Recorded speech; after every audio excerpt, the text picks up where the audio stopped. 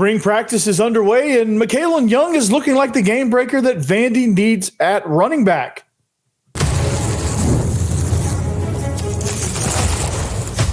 You are Locked On Vandy, your daily podcast on the Vanderbilt Commodores, part of the Locked On Podcast Network, your team every day. And Locked On Vandy podcast on the Locked On Podcast Network. I'm your host, Corey Burton. Thanks for making Locked On Vandy your first listen. Today, our focus is on spring practice. It's day one. And it's day one. It's only day one. And it's day one. The running back position may have had some questions, but some of those may be answered. The first answer is Mahkylin Young needs to be a home run threat. He looks like that is very much true, and he looks like the home run threat we hope to get. It is day one of the Steve Gregory defensive era. How's everybody reacting? Also, more competition throughout practice, especially wide receiver versus DBs. We need to find a game-breaking wide receiver. The quarterback position looks to be taking some early shape. Will that continue? We'll talk a lot about that. It's a football focus today. So thanks, like I said, thanks for making Locked On Vandy your first listen each and every day. We're free and available wherever you get your podcasts and on YouTube as a part of the Locked On Podcast Network, your team every day. So here's the thing. In the offseason, when we were talking about portal stuff, when we're talking about moves that Vandy needs to make, what do they need to go after? What are the holes in the offense, or the holes in the defense? Like what are the portal priorities? And a lot of people were saying running back, including me. I was thinking, okay, we got to find that game-changing home run threat at the running back position if Vandy's going to take the next step in the run game, which that's what their identity is. So it only makes sense, right? So Mahkylin Young he is able now to contribute. He transferred in a year ago and wasn't able to enroll and wasn't able to participate. There was something going on with his transcripts or something academically, I think, or something with his admission. So he got deferred until January. So now he's able to join the program. And on day one so far, he is everything that they had hoped he'd be. He's fast. He looks to be that home run threat that we need, that Vandy needs, and that you're hoping for. Because Cedric Alexander is a really good all-around back, and breaking down his game when he's fully healthy, he can break off chunk runs. I mean, don't get me wrong, he could probably hit a long run or two, but he's not considered a home run threat. He's considered a remarkably solid, really good option at running back. He's a running back one in this league. He can definitely be a starting running back in this league. That is for sure. He has the talent to do so. He is fully capable of that, and that goes without saying. But in order for him to be able to do what he does, he's got to have run lanes. He's got to have some things work out in his favor. He is not quite the home run threat that Mahkylin Young is going to be, or that that Vandy needed at that position. So Mahkylin Young has every bit of the burst that is needed for that, and that I think seems to answer some of the questions that Clark Lee had and this offensive staff had as far as what to bring in, how to construct this run game so that everything is effective and things like that. So what does the run game look like exactly now? So you've got you've got Cedric Alexander, who is just the absolute steady Eddie workhorse guy, every down back, contributing the pass game, effective runner, strong runner, really good lead blocker for Diego Pavia, everything you need in a starting running back, except for the ability to break 175 or 80 yards to the house, right? That's where Mahkylin Young comes in. Mahkylin Young is that change of pace, electric home run threat, somebody that can take it 75 to the house and get a big play for you and get the momentum so that said he can go back to work. Mahkylin Young is probably, if I had to guess, a 10 to 15 touch running back. I think things are going to be spread evenly, and it's going to be truly a committee approach. I don't know that there's one guy that can stand out and be on his own and be that workhorse that they need. But I think it's a perfect setup for the committee approach. Cedric Alexander, really strong at running inside zone, really tough runner, going to chew up those tough yards when it's needed. And that's going to be the bulk of it. Then you got Mahkylin Young, who's the speedster. He'll take it to the distance. He'll take a screen, third down stuff. Going to see how well he does in pass protection, because that's going to be important for him to not only be the change of pace or pass catcher, and teams can key in on that kind of stuff. So also Johan Cardenas, he's going to play that big back role. He's going to be the guy that comes in. He's going to be the anvil. He's going to be the hammer. He's going to be the guy that defenses do not want to tackle. And that's going to be important as well, because if you can get that third guy in there, that's just going to wear a defense down. That's what Johan Cardenas can do. And he's going to be every bit of that part. And they're going to be excited about that. And what this means, the implications of having a strong running game for Diego Pavia means that when he decides to run, whether it's a scramble or a designed run, or he's going to be more effective. Quarterback draws, the RPOs, things like that. Defenses are going to come down naturally.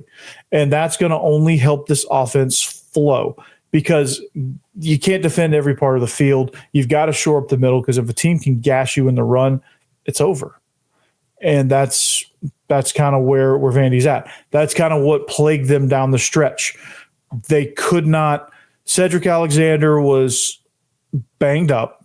The offensive line was banged up. Diego Pavia was banged up. Pavia took a lot of hits because they started to have to rely on him a lot in the run game. Seti took a lot of hits for that same reason. AJ Newberry was good. He got injured. He was good for a little bit. Early on, I think you saw the impact of having kind of a change of pace guy, a good change of pace guy. But it just he got too beat up, and it just things kind of fell apart. And in year one, new strength system, new way of doing things, new identity, trying to figure each other out, there's a lot of moving parts, a lot of variables that went into that. But what you didn't have was a whole lot of that depth. And you didn't you had a guy in AJ Newberry who was pretty good. He had some speed. He had a little bit of ability. He could catch the ball out of the backfield. But, was he a game changer? Unfortunately, no. And he wasn't, and he got injured. All right, Cedric Alexander was tremendous at the start of the year. Tough runner, physical guy, run between the tackles. Loved it. Loved contact. Probably one of his best plays was not even a carry. It was a lead block on a G lead for Diego Pavia. But the hits keep coming. And he had to be in the game a lot because Newberry was banged up. There was no third option. And the third option was Diego Pavia, which ended up being the first option, and rightfully so, because Pavia is every bit as good as he needs to be. But, those things take a toll, and this league takes its toll on you, especially that schedule. You look at the schedule, it's brutal as far as physicality and teams that can put a beating on you, like Alabama. They're going to be a lot more physical this year. South Carolina, with that defensive front, they're going to be extremely physical. LSU, Missouri, Texas, Auburn, Kentucky's always tough. I don't know what they're going to look like at the end of the season. They might be kind of in tank mode, but all these teams, and then Tennessee, you end the season with Tennessee, who has gotten steadily better every year under Josh Heupel defensively, and certainly got more physical. So the implications of the run game are you need three solid guys. You need three really good role players. You need Cedric Alexander, who's the workhorse, who's going to get the bulk of the carries, going to get the bulk of the touches. He is also a pretty good threat out of the backfield as well. He is a multi-dimensional type running back. Is he a game changer? No. But he will get the yards for you. He will be productive in the run game, but he is not that back that you're just like, we're dumb if we get him off the field, right? He's somebody that is really good in this offense. I love watching Seti go, but it's just, he needs help. He needs a backfield committee that's going to help support what he does best, which is run between the tackles, get tough yards, get chunk yardage. But then you got Mahkylin Young, who's a home run hitter. All right, he's going to come in. He's going to provide the electricity. He's going to provide the excitement. He's going to get this offense jazzed up. He's going to create and put the opposing defenses on their heels, and that's the kind of what he needs to do. He's the guy that's going to see a running lane. He's going to explode through it. He's going to be the guy that, as Alexander, as he loosens up the defense, as he kind of wears them down a little bit, he's going to be the guy that takes that crease and goes to the house. He'll be the beneficiary of some of that, and he's going to be the game breaker that we all think he could be. And is there a chance he could take over the lead back role? There's always a chance, but I think right now, if healthy, if all things are equal and all parts are healthy, Alexander's going to be that lead back. Then you got Johan Cardenas, who's going to come in and just be the slugger, right? He's going to be the guy. He's going to be the Jerome Bettis. He's going to be the closer. He's going to be the guy you put in the fourth quarter and say, please tackle this guy, right? And good luck at doing so. He's just boom, boom, boom, boom. He's going to be that sledgehammer. And that's what you need. You need a three-headed monster at the running back position if you don't have that game breaker, which the true game breaker at the running back position is, starting to go by the wayside a little bit, and things are starting to become more committee approach, because that's just kind of the way football's becoming. And then what else is going to happen? Do they need to go to the portal for another running back? I don't think it would hurt. I think it would be good I don't think you need to go and spend a ton of NIL money on a portal guy at running back. I just think you need to get a guy that can come in here that can provide depth if there's injury. And I think you need to find that extra depth piece of, hey, here's a guy that can do a lot of things pretty good. And if there's some injury and this guy needs to get some carries, like that's the kind of guy you can bring in, and that's the kind of guy you can use to kind of fill that last spot in this room. Because you got Gabe Fields as well coming in as a freshman. We don't know what he's going to be like. He's not enrolled yet. I think he's coming in June. So that's going to be interesting to see. I'm pretty sure he's coming in June, if I remember correctly. If not, he didn't really get much notable work, so he's still a work in progress. He's going to be a work in progress. He's going to be a depth piece, and you just go get another young guy and just keep recruiting well at that position, and you'll get kind of a machine going there at the running back position. So it's exciting, and the run game's going to be good. It's going to be good for Diego Pavia to not have to take such a beating early in the season. I think if these three backs, if Mahkylin Young and Cedric Alexander especially can carry the load and can take a lot of the grunt work and a lot of the heavy lifting from the running back position, this run game will flourish. Diego Pavia will flourish, and then the pass game will follow suit. So anyway, so what does that look like exactly? What does the passing game look like? Do we have a clear-cut quarterback 2 coming in? Is it Drew Dickey? I don't know. We'll talk about it next. First, I want to talk about Supply House. Yeah. Supply House. You get the supplies you need from the site made for skilled trades, Supply House. Whether you're in plumbing, HVAC, or electrical work, Supply House is a very reliable way to order products online. Their easy-to-use website is packed with helpful resources and the latest product info to help you get the job done right. Plus, with complete inventory of over 200,000 parts from 400-plus top brands, you'll find exactly what you need delivered fast from coast to coast. Need help with an order? Well, Supply House offers expert support and industry-leading service, so you can always talk to a real person. And for trade pros looking for an extra edge, their free Trade Master program offers exclusive perks like dedicated phone line, free shipping, and discounts on every order. Thousands of skilled professionals are already taking advantage. Now it's your turn. So join the Trade Master program today at supplyhouse.com/TM and start ordering plumbing, HVAC, and electrical supplies with just a few clicks. Plus, use promo code SH5 for 5% off your first order. That's supplyhouse.com.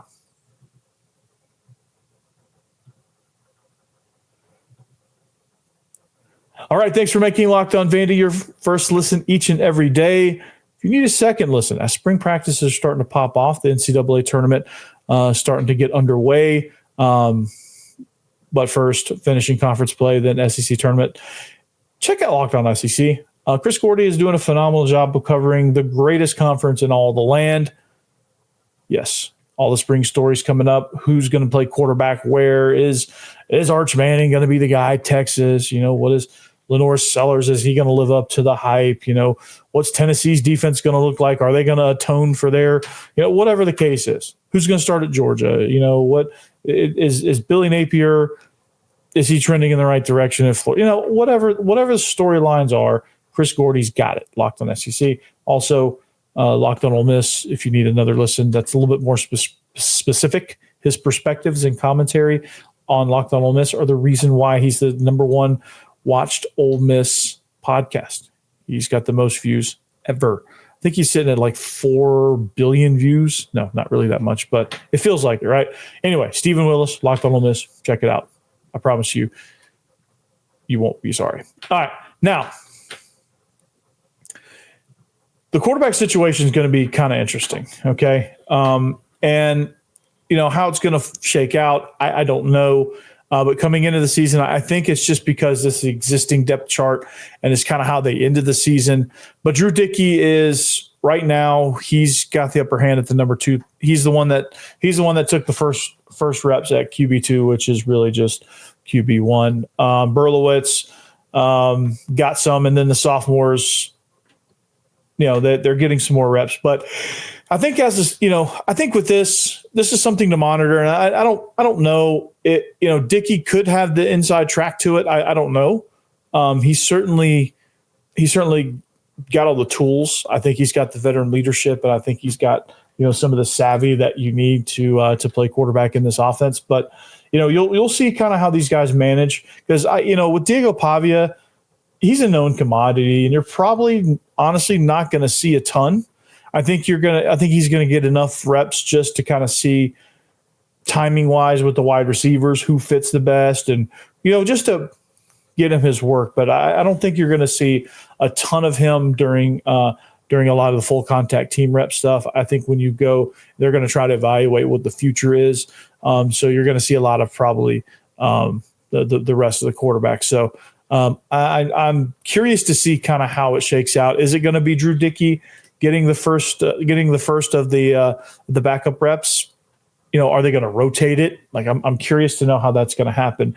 I could see them rotating it throughout the course of the spring, and then the spring game, maybe even making them live so that you can get a true understanding of who can do what under pressure, and all the things you need to evaluate a quarterback. So here's another thought, though, when you're looking for, what exactly are they looking for at number 2?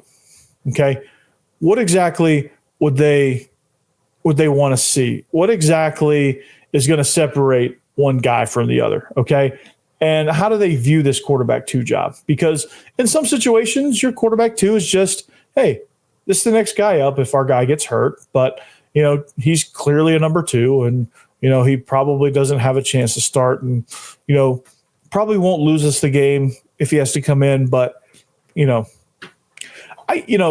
one way of looking at it. It's one way of framing it.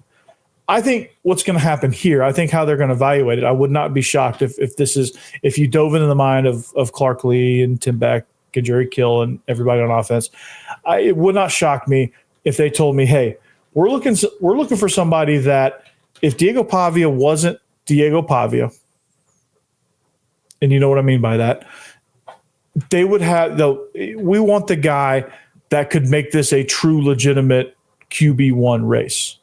And we want a guy that can, without a shadow of a doubt, take over QB1, right? Let's say worst case scenario, hypothetical, Diego Pavia, he leaves. He says, you know what? I got a job coaching for Sean Payton in the NFL. They're going to pay me $10 million. I'm gone, right? Let's say that probably won't happen. But, let's just say that Diego Pavia is not in the picture for some reason. What quarterback? This is the question, okay? And sometimes, like I said, sometimes with the backup position, you're just looking at, hey, what quarterback gives us our best chance to win in the moment? And who can we protect? How can we salvage the season? But I think in this scenario, because of what the situation is, this is Diego Pavia's last ride. They're looking for who has the potential to lead this program beyond Diego Pavia? Like they want to get the guy that can lead this program beyond Diego Pavia already in place, so that when he moves on, they're not scraping the portal to find a starter. Maybe they can go get, a portal guy, or maybe they can continue to bring high school guys in here and kind of create that developmental chain, right? Where you got some of the incumbent guys, and it's just kind of a chain of like, okay, these guys fit our system, and we're just going to keep kind of cycling them through. Once we kind of get the numbers at a decent place, we're going to start trying to, and we're going to try to find that balance of like getting them enough reps to keep them involved, but not so few reps that they go and hit the portal, right? That's also some of the mental gymnastics you have to pull with that. But they're looking for a guy that, without a shadow of a doubt, could legitimately make this a QB1 race with any other quarterback, even Diego Pavia. Like, they want somebody to really push Diego Pavia and be just as good as Diego Pavia in a lot of ways, or in their own way. So that's what they're looking for. I don't think they're looking for just a standard, hey, who's going to be quarterback 2? Like the standard, okay, this guy's the backup. He's pretty good. He's a clear step down from Diego Pavia, but he's pretty good. He can do some good things for us, but he's not Diego Pavia. They're looking for the guy of, this guy could start right now. If we didn't have such a game breaker quarterback now, this guy would unequivocally be the starter. That's what they're looking for somebody to emerge as.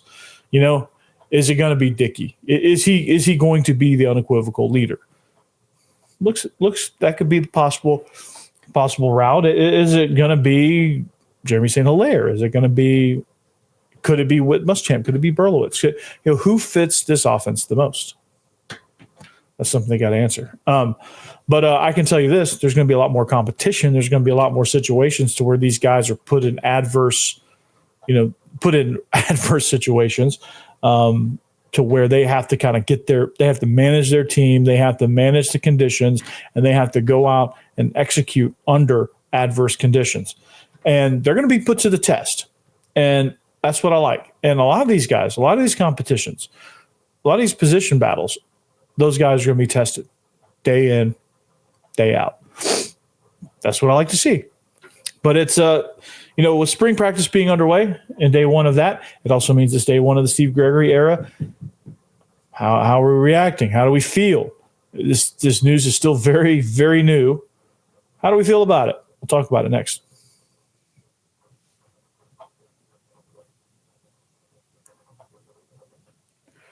All right, welcome back. We're wrapping up the show here. Locked On Vandy, at Locked On Vandy on social media. Follow that on all social media platforms. Like I said, thank you for listening. Thank you to the everydayers who make all of this possible. You guys are the best. And as I'm recording this, I hope you're enjoying the Arkansas game. Hope you can have something to watch when you come back. But this is exciting times. Vandy football is they're being resurrected right now. They're looking to have a second really good season. Baseball hopefully going to bounce back and do the same. And basketball, they were really good, leveled off, started to valley a little bit, and now they're back on the way up. They're headed to the tournament. Things are looking good for basketball. Now it's football's turn to repeat that performance and make 2025 a really good year for Vanderbilt athletics. So here's something I like. All right, talked about this on the last episode. The Steve Gregory era is underway, and of course the players are saying the right things. Like Brandon Fontenette saying, "Hey, he took over the last 3 games last year. There's no difference. Clark leaves, probably spread a little too thin as defensive coordinator, and I think that affected some of his abilities as head coach to lead this team. And I think sometimes you saw the team get a little bit unfocused, which I get that. I get that a lot. Early in the year, the Georgia State game, if Clark Lee was strictly the head coach, maybe he could have had some of that distraction and some of that whatever went into that debacle. Maybe he could have headed that off at the pass. I'm not real sure. But it seemed like Clark Lee's making this move a lot because he's overwhelmed. He's overwhelmed as defensive coordinator and head coach. He can't do both.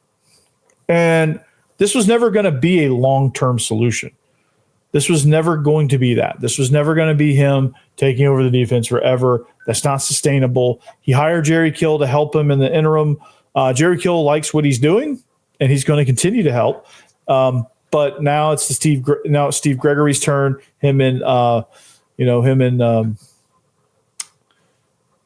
I drawn a blank here, but him and Coach Lazinski are going to share the duties for play calling, and it's going to be. I think ultimately it's going to be good. Okay, and the reason I say that, and it's hard to say that. Okay, I'm a little bit after thinking about it. I'm still concerned. Don't get me wrong. I still don't love it because of the whole, like, if it's not broke, don't fix it principle. Like I think things were going great. I think the defense was meshing really well. I thought the concepts were really good. I thought there was a lot of great things that this defense did. And again, the staff put in a great effort. And, I thought, hey, this defense is trending in the direction that we need it to go. All right. But I guess with a guy that hasn't had a lot of play calling experience, even the last 3 games, like, it left a lot to be desired. And I know some of that was just the team was banged up and not a lot of depth and not a lot of whatever. But, as concerned as I am, I think that hiring Bob Shoop was a good idea. I think having another guy that's had defensive coordinator experience there to help on the defensive staff as an analyst, help with the game planning process, help with the scouting process, getting guys in the right position, all that stuff that, that first-time play callers, they need. And this will be the first, and even though he called plays last year, everyone kind of knew who was really running the show defensively. This will be the first season that it's his from start to finish. And that's a different feeling, right? It's different than, okay, I'm going to take over. It's already kind of established. It's easier to kind of step in. But like when you reset and you got essentially a new group, I know they returned 9 starters, so it's not fully a new group, but essentially you reset the season. It's a new thing. And so the growing pains are going to come back. And, all of that is going to be, on the table. There's going to be some things that he's going to have to learn, and there's going to be a learning curve, and there's going to be some things he has to get used to, some situations he's never seen. So to be able to get him the most help that he is able to have with Bob Shoop, Coach Lazinski, being there as kind of like he's been with Clark Lee. He kind of knows Clark Lee was there to train them last year on everything. I'm sure they've been working all off season, kind of getting him up to speed and getting him ready. And it's good that he decided to make this move now heading into spring. I don't know. Obviously he just officially announced that, but I'm thinking maybe, he was getting tired last year and he was thinking about giving it up. And I think he was trying it out, and he felt good enough about it where I think after the season, he's like, hey, Coach Gregory, I'm not going to announce this yet, but you've got the defense. Let's start planning. And the planning process has begun. And this is a new and exciting opportunity for him. What I didn't know is that he recovered the butt fumble. That's pretty cool. He was the one that scooped up the ball when Mark Sanchez had the infamous butt fumble. So there you go there. So, but Randon Fontenette's excited about it. So if Randon Fontenette's excited about it, I am too. And Randon Fontenette's a guy that he wanted to come back because he wanted to be the captain of this defense. He came back because he felt good about the direction of this team and how things were trending, and he felt really good about the situation. So good for him, right? So this it's going to be an interesting ride. It really is, and I'm going to choose to trust it. I have no choice in the matter, but I'm going to choose to trust it. I'm going to choose to find all the positives in this situation because, as a coach myself, I was once that first-time play caller. It was interesting. my first time calling plays was with Kurt Page as my head coach. And, he had to step in and kind of like, I don't want to say save it, but like, I think him kind of stepping in and just kind of, I think him kind of showing me, okay, we've got to simplify a little bit and kind of like giving, in his way, giving me feedback was really beneficial for me. So I think Clark Lee being in that, I think that 3-game trial was just that, like, hey, let's get your feet wet. Let's, let's see where you're deficient and let's see kind of where we need to focus on throughout the offseason. And this is going to be interesting. But guys are responding. As I'm not surprised that they are. Guys are responding. Nick Rinaldi is going to be really good coming off the edge. Vonzell Hinton is in camp, and he's looking better in coverage. He's playing the star position. Jalen Ruth is somebody that's going to factor in at that star position. That's going to be a position that is going to be curious to see how that all shakes out. There's a lot of guys in the mix there. Carson Lawrence and Dante Carter are working as field safety. CJ Hurd, not surprising, is working into the boundary. So this is going to be a fun year. There's going to be a lot of things going. Demarion Thomas looked really good on the defensive line. Aaron Bryant is going to be somebody that I don't think he's going to be a game wrecker, but he's going to be very productive at the defensive tackle. So this defense, they're going to look good personnel-wise. It's just a matter now if they can be organized to communicate. That'll be on Coach Gregory. So here we go. Whether you agree with it, disagree with it, concerned with it, whatever, the ride is here. And my advice, and I'm going to leave you with this, is, hey, get on board, enjoy the ride, and let's freaking go. All right. But that's all I got for you guys today. See you next time on the Locked On Vandy podcast on the Locked On Podcast Network. Peace.